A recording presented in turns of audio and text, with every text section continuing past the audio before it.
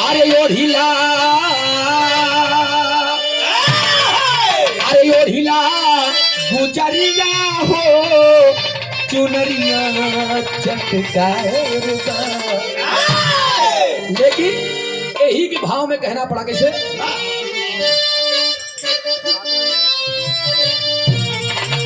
कहे इस दुनिया में क्या सत्य है का? अरे ओढ़िला,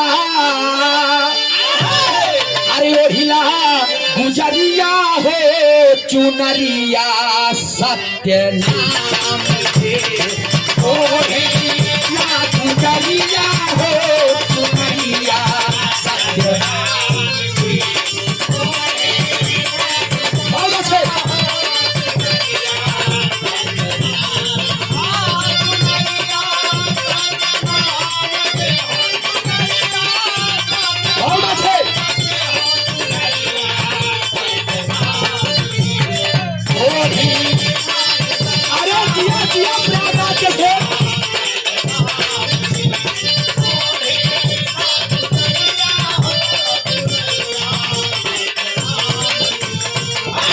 सत्य पर आधारित और तीन सत्य एक अंतरे में चारों युग से मिली। सतयुग में कहना पड़ा क्या?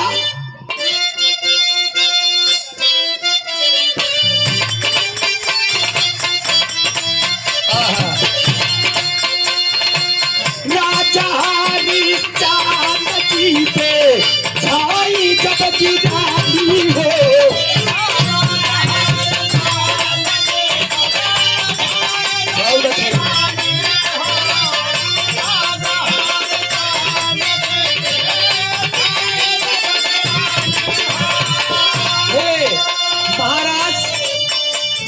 सत्य के पुजारी दानी हरिश्चंद्र जी, जिनके स्वप्न में आकर के प्रभु जी उनका दान, उनका राजपाट सब कुछ मांग लिए थे, कि सत्य के पुजारी थे। सपने में हारे हुए उस राजपाट को सही सही हार गए। और जब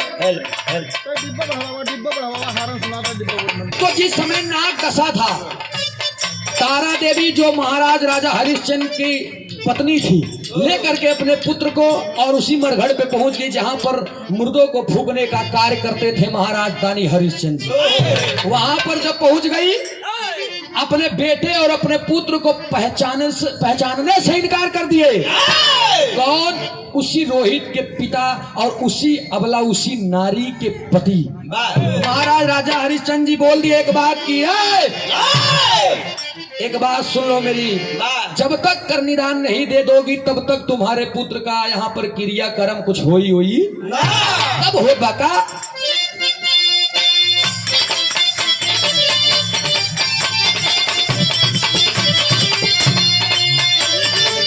राजा हरिश्चंद्र जी पे छाई जब की रानी हो।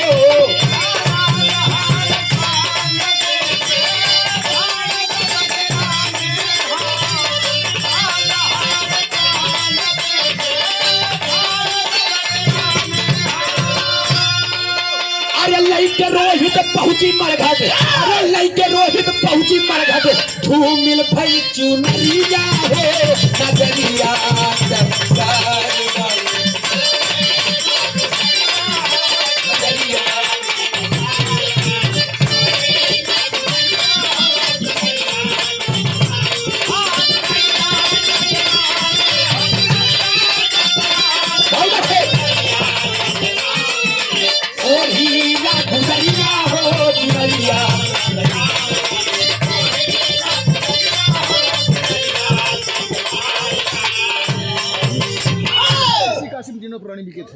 काशी, यही काशी मैंने पहले बताया ना, उस समय गंगा माँ को न आने से पहले ही आपके इसी बनारस की धरती पर जो ये मणिकर्णिका घाट है, ये गंगा माँ जब नहीं आई थी तो उसके पहले का घाट है।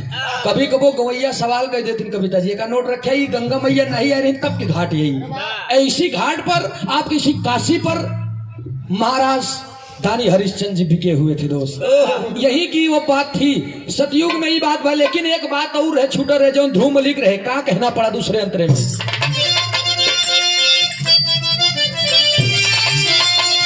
अरे मनु का बच्चा झूठा ये के, अरे मनु का बच्चा झूठा ये के, रहले पाले पनवा हो।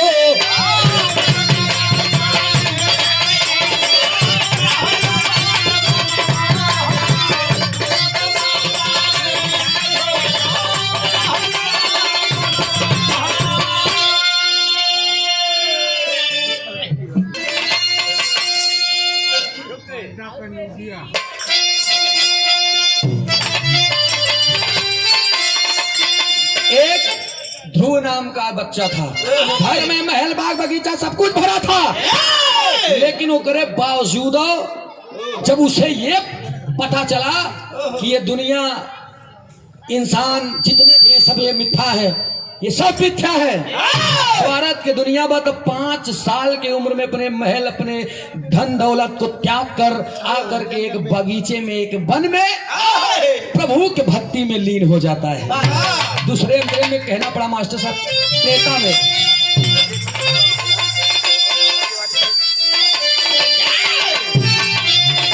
एक समय बहुत सत्यवादी, बहुत सत्य के पुजारी बनत रहे। कई कहे कहाँ गए तो सत्य था, और तनी समय पूछत बा का कहे,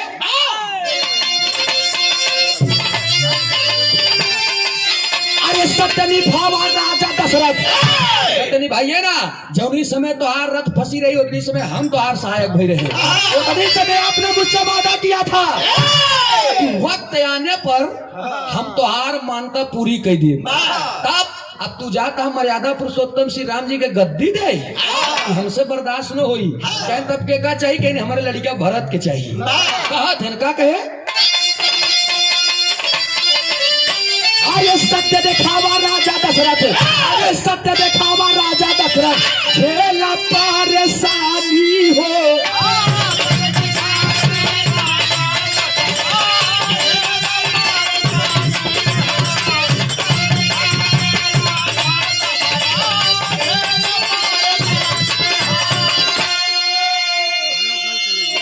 काम करत है नहीं तो 15-20 मिनट। सत्य दिखावा राजा दशरथ, तू भले झेला परेशानी, हमसी मतलब नहीं बा। हमार बेटवई जब न खुश रही, कहन का चाहिए बतावा थे का। अरे 14 वर्ष के राम के भेजा, अरे 14 वर्ष के राम के भेजा, सुना पिया बनाया हो नयनवा।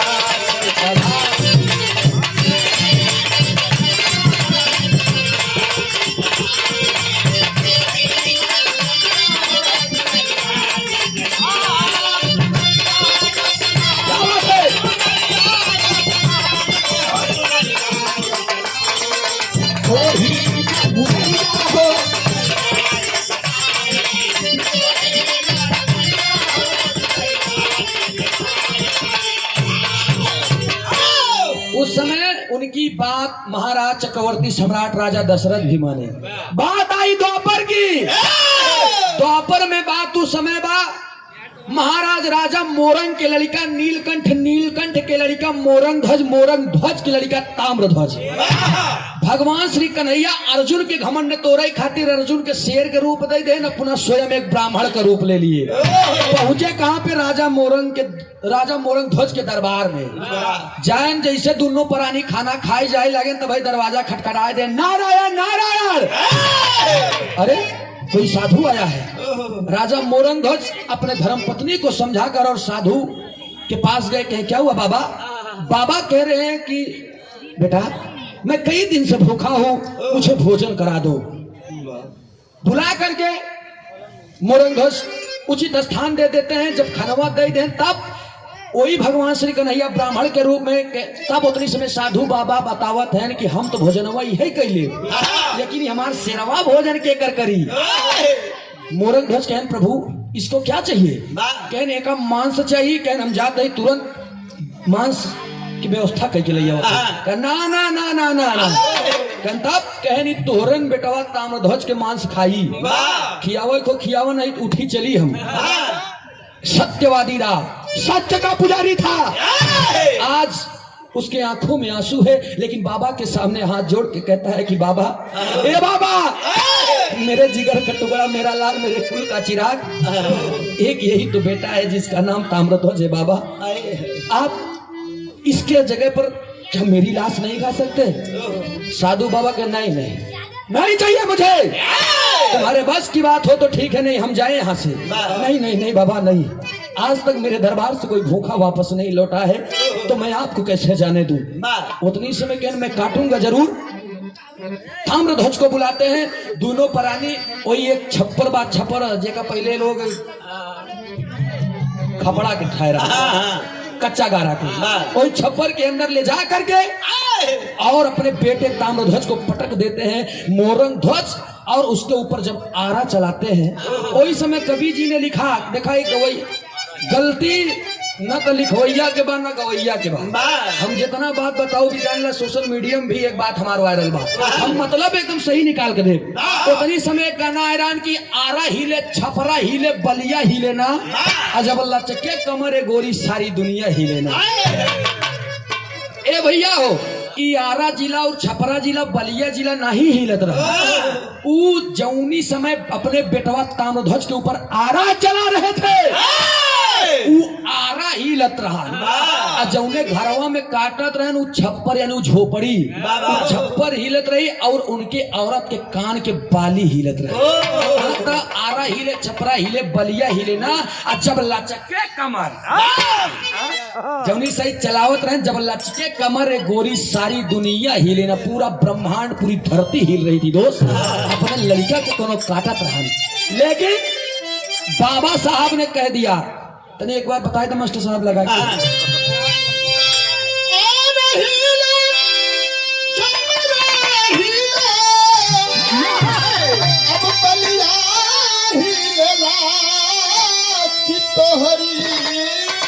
अरे रे रे रे रे कमरिया, सारी दुनिया हिलेला, तोहरी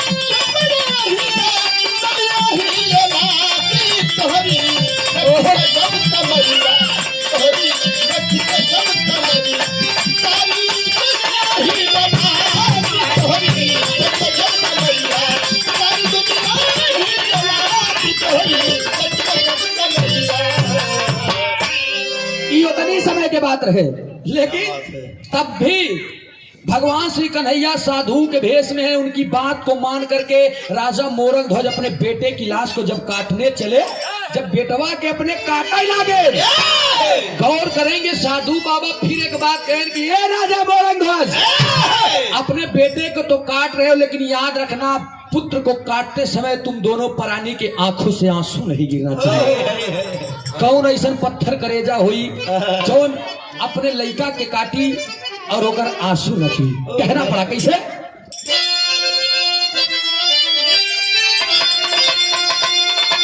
अरे मोरंग ध्वज अब लाल को काटे, अरे मोरंग ध्वज अब लाल को काटे, गिरता ना ये पानी है।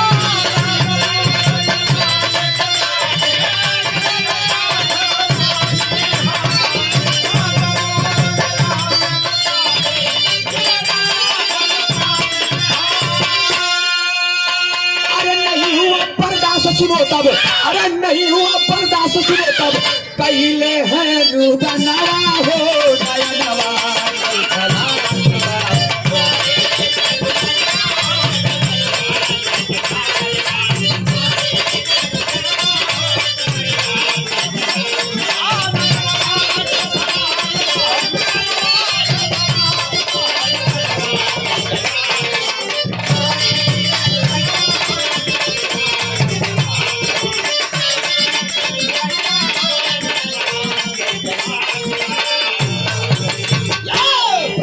गया बाबूजी, नहीं बर्दाश्त हो सका और दोनों प्राणी रोए देहन।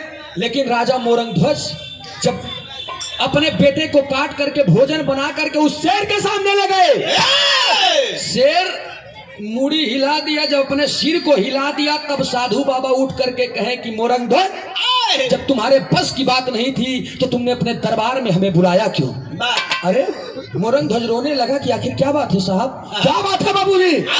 महाराज हमसे क्या गलती हुई? उन्होंने कहा मैंने तुम्हें मना किया था कि अपने बेटे को काटते समय तुम्हारे आंखों से आंसू नहीं गिरना चाहिए, लेकिन मैंने देखा कि तुम्हारे बाएं आंख से आंसू गिर गया था। मोरंगध्वज चेड़ो को पकड़ करके एक बात कहता है कि बाबा, ये बाबा, ये एगो लड़का रहे के तो काट के हम दे दिली, बाएं अंग से जौन हमारा आंसुआ गिरल रहे ना, बाया अंग किसी काम का नहीं होता है, बाएं अंग को काट कर मैंने फेंक दिया और दाहिने अंग का भोजन ला करके आपके शेर को दिया है। इतनी बतिया जब सुने, शेर की आंखों से आंसू गिर रहा है। भगवान श्री कन्हैया यदुकुल शिरोमणि यदुकुल नंदन मुकुंद कुंद श्री मुरली मनोहर अपने रूप में आ जाते हैं। अर्जुन के कहने का कहना अपने होश सवास में आ जाए।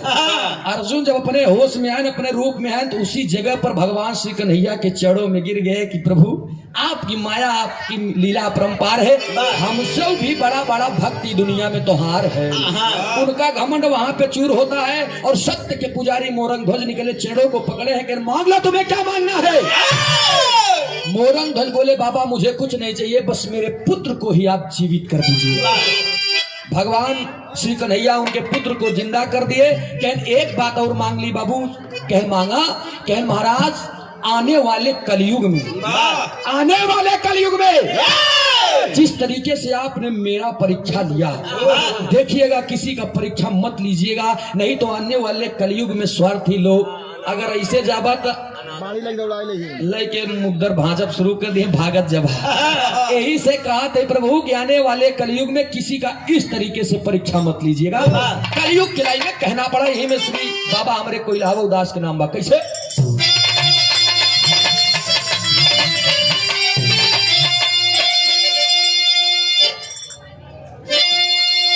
अरे बाबा श्री कोइलावा जी के, अरे बाबा श्री कोइलावा जी के काशी में नजारा है।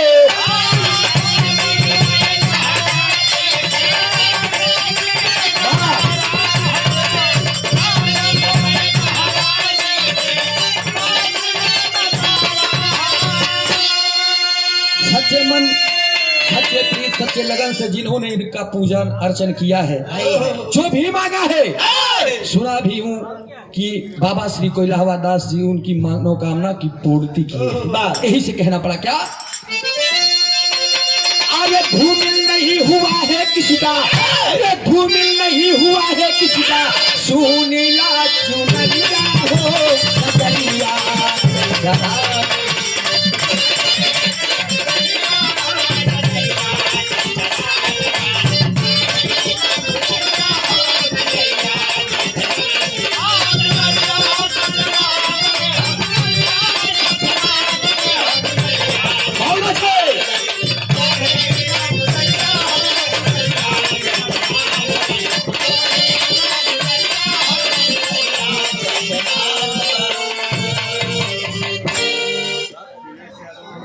फिर आप सब अगली पार्टी से मनोरंजन ले,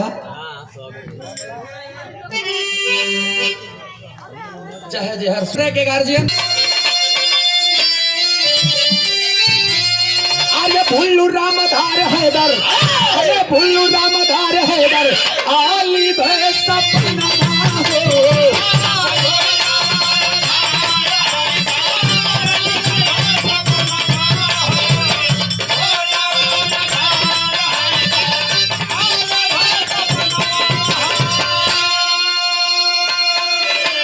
अरे सूरज यादव भोजराज के, अरे सूरज यादव भोजराज के चमकेला सहरिया हो सुनरिया सत्य राम के।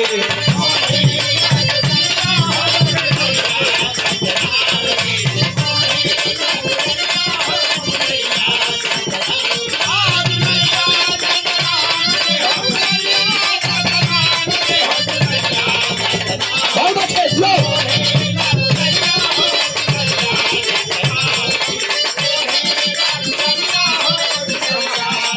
जला